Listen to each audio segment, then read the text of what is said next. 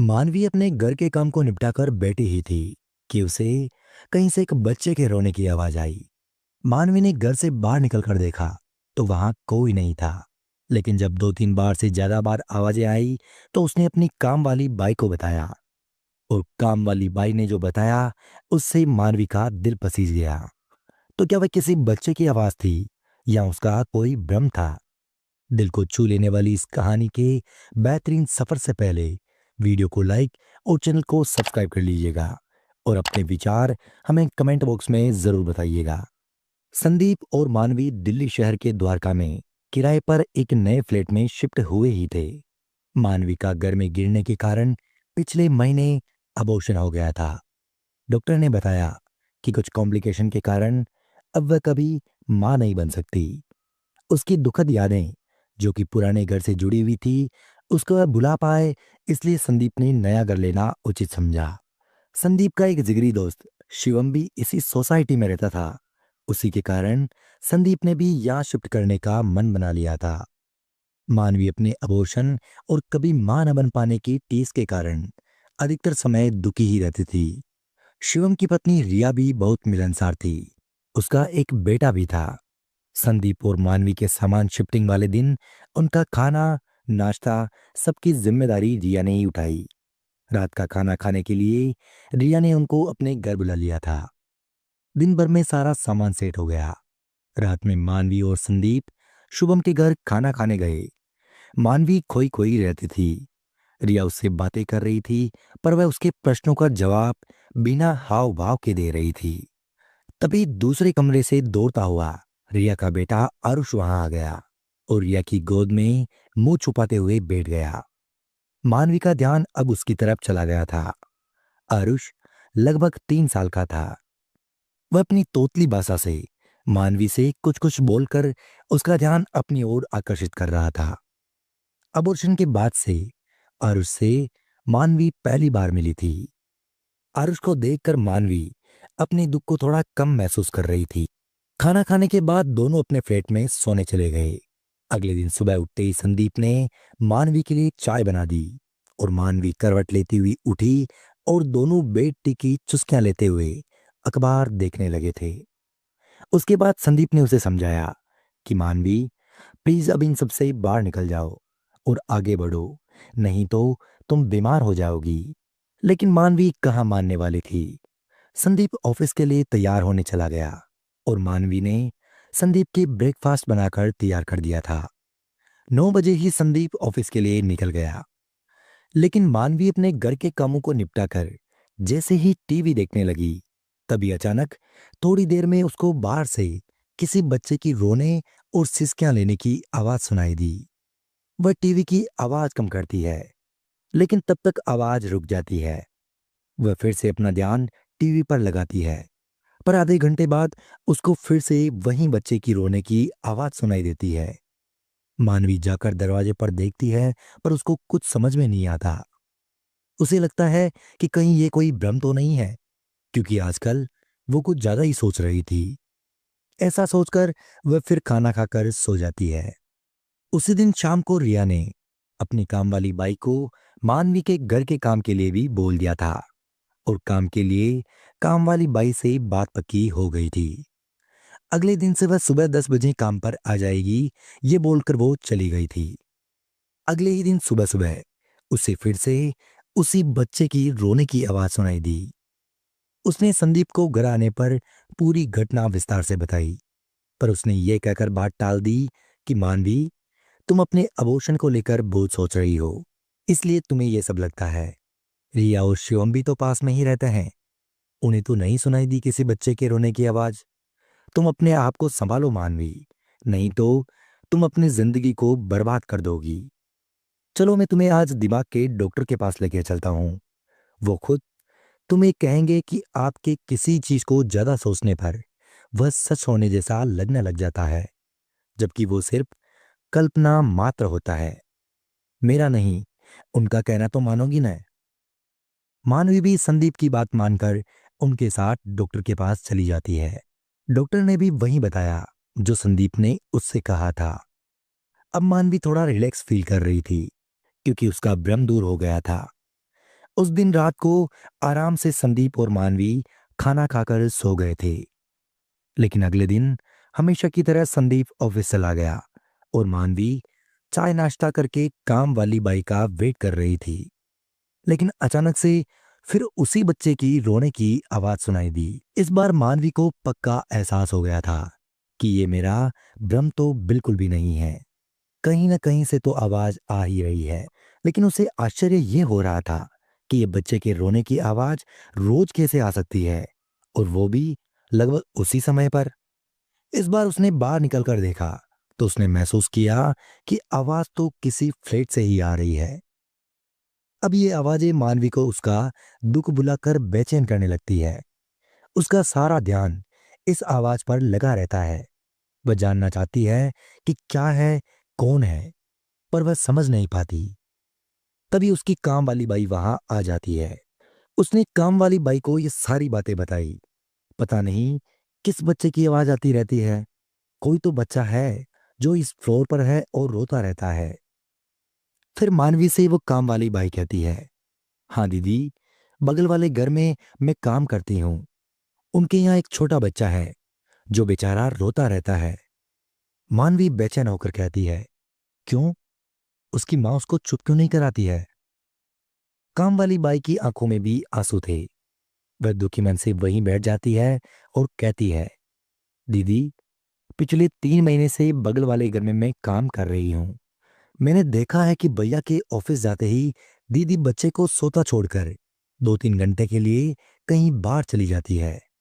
बच्चा बीच में उठकर जितनी देर मैडम नहीं रहती रोता रहता है। ये कहते कहते काम वाली बाई की आंखों में आंसू आ गए।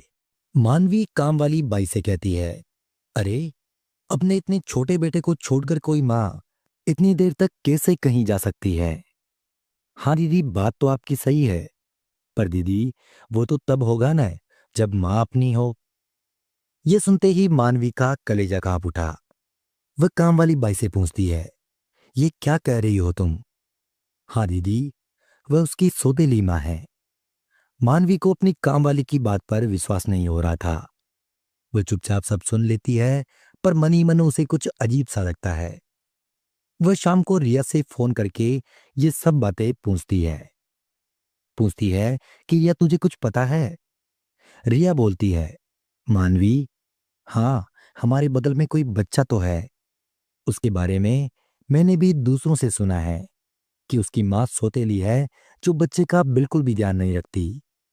उसने बच्चे के पिता से पैसे देकर शादी कर ली है, और अब बच्चे का पिता भी उसके प्यार के चक्कर में पड़कर बच्चे पर कम ध्यान देता है। मानवी को उस बच्चे के बारे में सोच सोचकर बहुत बेचैनी और परेशानी हो रही थी, और पूरी रात वह सो नहीं पाई थी। अगले दिन वह सुबह ही अपने घर का दरवाजा हल्का सा खोलकर बाहर नजर रखती है। जैसे ही सामने वाले सुनील घर से बाहर निकलते हैं, दरवाजे पर उनकी पत्नी कविता उनको बाय करने आती है। उसकी गोद में एक प्यारा सा मासूम सा बच्चा आरव था, जो पिता को मायूस होकर देख रहा था। वह लगभग 2 साल का होगा। मानवी भी दरवाजा खोल के अपने पड़ोसी से मिलने की कोशिश करती है, पर कविता ने उसे देखकर बस स्माइल कर दी थी। कोई बात ना करके उसने अपना गेट बंद कर लिया था। 1 घंटे बाद ही बच्चे की रोने की आवाज फिर से आने लगती है। अब तो मानवी को अगली रात भी बिल्कुल नींद नहीं आई। अगले ही दिन रविवार को वह अपने पति के साथ उनके घर उनसे मिलने चली गई। कविता उनके लिए पानी लेकर आई। बच्चा वहीं आसपास गंदा सा धीरे धीरे कुनमुनाते हुए घूम रहा था। कविता और सुनील जी उस पर कुछ ज्यादा ध्यान दे नहीं रहे थे। मानवी को यह महसूस भी हुआ कि उसके पिता भी उस पर बिल्कुल ध्यान नहीं दे रहे थे। फिर बातों का सिलसिला शुरू हुआ।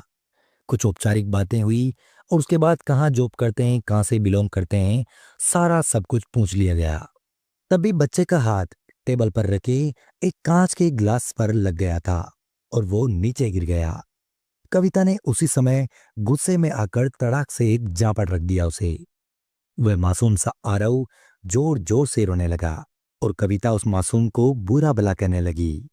सुनील जी सर झुकाए बैठे हुए थे, पर उन्होंने चू तक नहीं किया।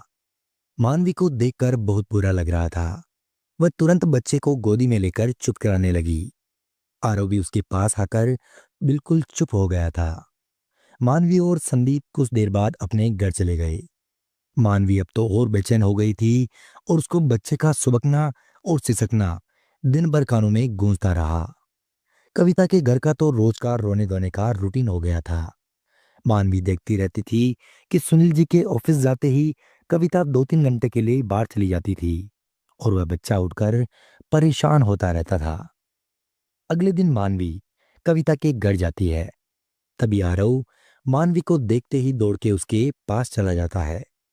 ये देखकर मानवी उस वक्त बहुत खुश हो जाती है और आरव को अपने सीने से लगाकर उसे प्यार करने लगती है।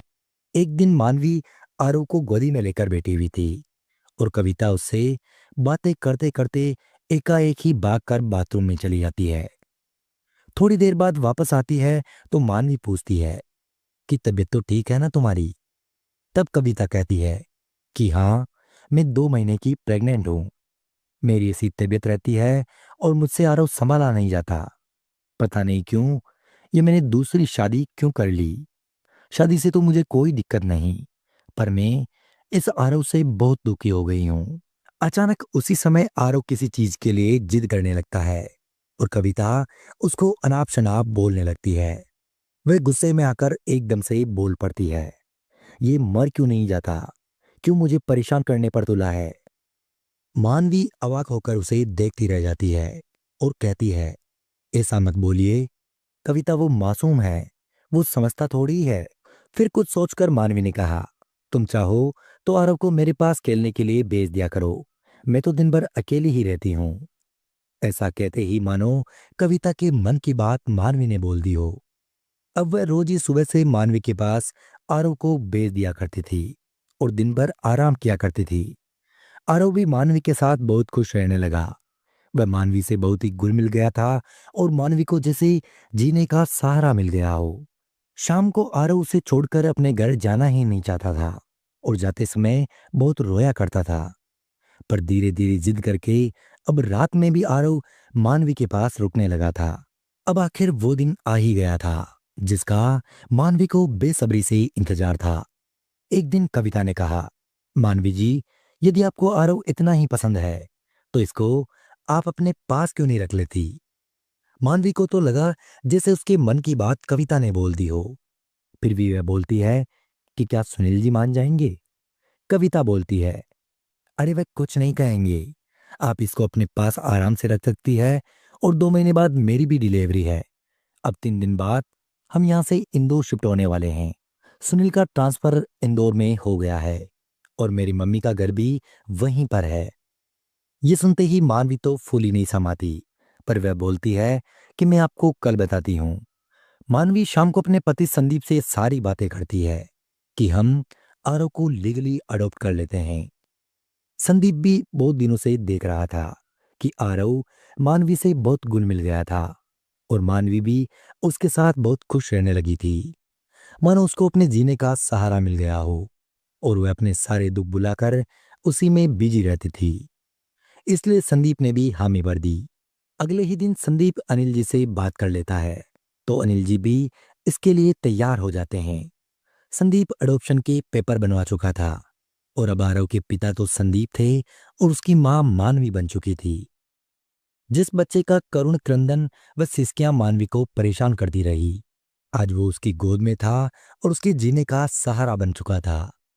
उसने मानवी को नई जिंदगी दे दी और मानवी ने भी उस बच्चे को अपनी ममता का आंचल दे दिया था। अब बच्चे की सिसकियां किलकारियों में बदल गई थी। मानवी का परिवार अब पूरा हो गया था। प्यारे साथियों, कैसी लगी आपको ये दिल छू लेने वाली कहानी? अगर पसंद आई है तो चैनल को सब्सक्राइब कीजिए। मिलते हैं अगले वीडियो में, तब तक के लिए धन्यवाद।